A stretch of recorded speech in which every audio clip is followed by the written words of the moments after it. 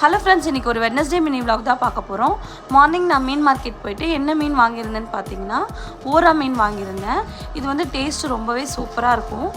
அப்புறம் வந்து 1 kg PRAN வாங்கியிருந்தேன். என்னதான் மீன் வாங்கினாலும் என் பசங்க வந்து சிக்கன் வந்து ரொம்பவே லைக் பண்ணி சாப்பிடுவாங்க. அதனால் அவங்களுக்காக கொஞ்சமாக சிக்கன் வாங்கியிருந்தேன். இன்றைக்கி வந்து நான் சிம்பிளாக தான் லன்ச் மெனு பண்ணியிருந்தேன்.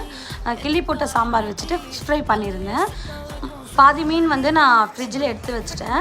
நைட் வந்து சமைச்சிக்கலாம் அப்படின்னு சொல்லிட்டு மீன் மட்டும் இல்லை, ப்ரான் சிக்கன் எல்லாமே எடுத்து வச்சுட்டேன். வெறும் மதியத்துக்கு வந்து ஃபிஷ் ஃப்ரை மட்டும்தான் பண்ணியிருந்தேன்.